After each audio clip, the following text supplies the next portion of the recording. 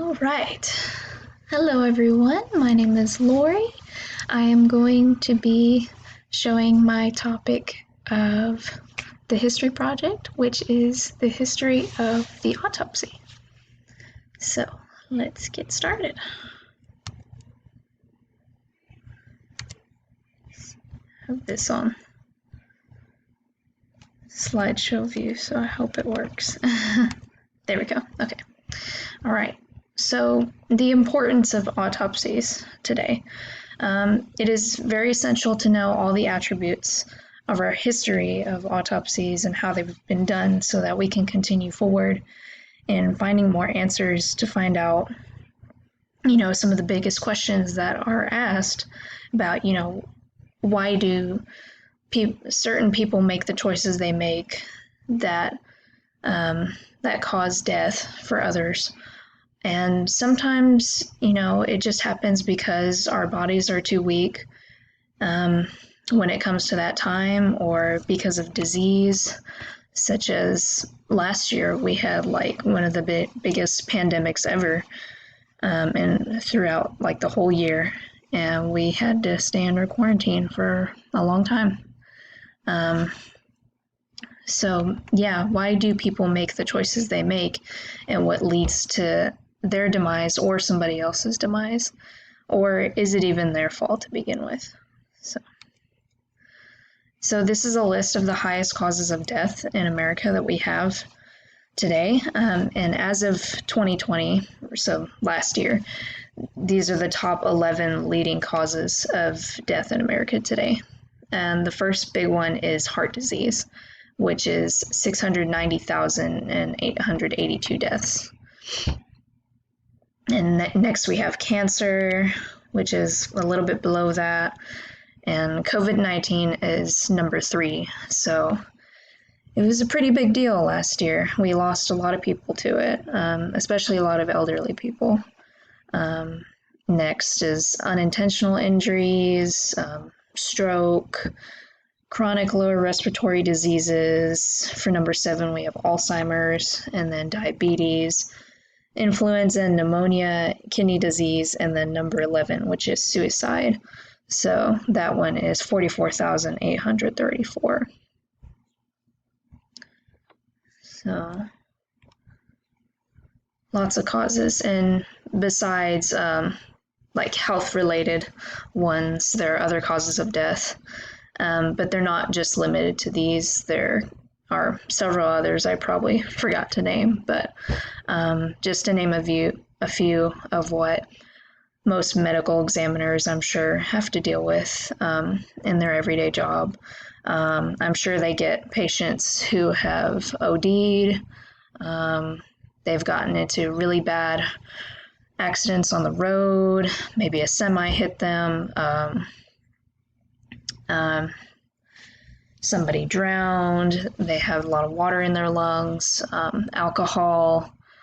Their liver badly damaged, fire, just burned to death pretty much. Smoking can really destroy anyone's lungs. Conflict, was there like abuse in a relationship maybe that could have led to death? Terrorism even, and homicide also, which is a very big one. And I don't think it would happen a lot. I don't think it's a case that people get very often, but it is something that's possible. So something that you have to look out for in the funeral industry. So the major impact of autopsies in the funeral industry. So when families aren't exactly sure why a member has just passed in the night, it could be due to old age, or maybe even any kind of disease that they've had that has just been steadily growing and causing them to get worse. Those are usually called clinical autopsies, and those are what medical examiners and embalmers get the most when dealing with decedents. and they can help embalmers identify potential disease risk factors for the other members of the family to ensure that they know what to expect if they have probably inherited any kind of disease from the decedent that has had that disease also. It helps us give them options for how they can be treated really efficiently. And then you have forensic autopsies, which are like the more crime-related ones and the ones that you see on like TV shows and movies and crime movies, horror movies, all kinds of other stuff. Those I don't expect that you'd see very often, but like I said before, it can happen. They're related to more tragic cases, and some are just so bad that they cannot really be fixed to perfection for viewing or funeral. And sometimes you do have to let them know, it's that bad. I really don't think you want to see them in that state, and that's okay. They might try to argue with you and be like, no, I really want to see my loved one and all that. But if it's really, really tragic and horrific, then I believe it's best not to show them, because that can haunt them for the rest of their lives, and that can lead to them not really getting through the grieving process very well, and it can take a really bad toll on them. The history timeline for autopsies, I just kind of started at the beginning and went all the way through. Erasistratus, and Herophilius in 300, they pioneered the anatomical by dissecting cadavers to study how organs and nerves worked, so just to see how the body works, I suppose. Ibn Zur, 1131, presented an accurate description of esophageal and stomach cancers through autopsies. The Europeans preserved bodies to make autopsies easier around 1200-ish, and they were done very regularly in Europe. And knocking things over. And in 1302, the first forensic autopsy was performed, and they were done in Bologna by a civil officer to determine if death was being investigated as caused by fault. 1443 to 1502, Antonio Benevieni.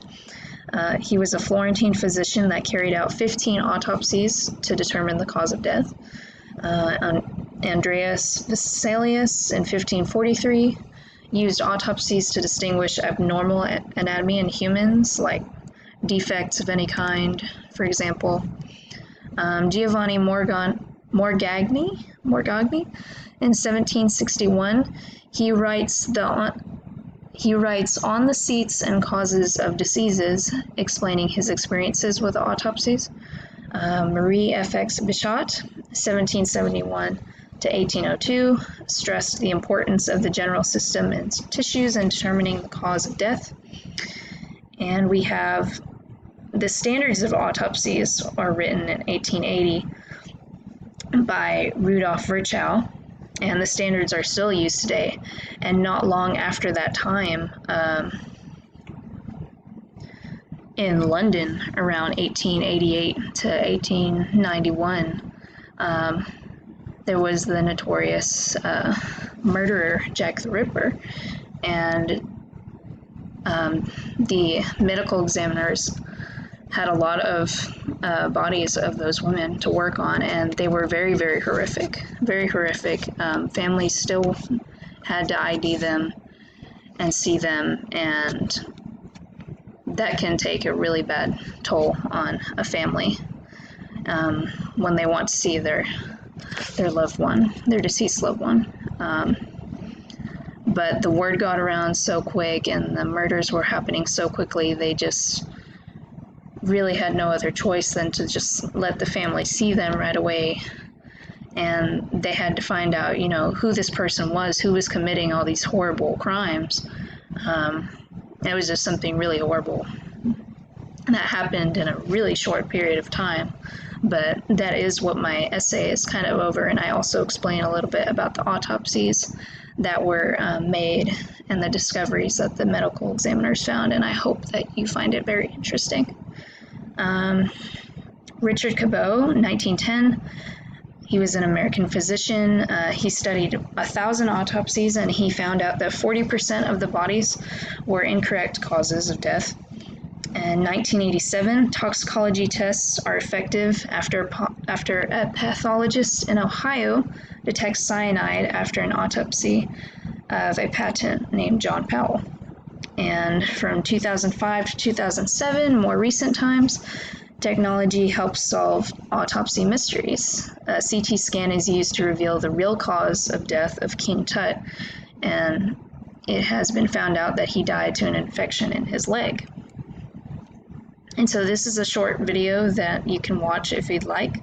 I find it to be very interesting. It's about 11 minutes long, so not too long, hopefully, for your time, but I hope you do enjoy it. And these are the resources I used. And that's it. Thank you so much for watching. I hope you enjoyed it, and I hope you learned something from it if you haven't known some of this information already. I'll see you around. Bye-bye. Thank you.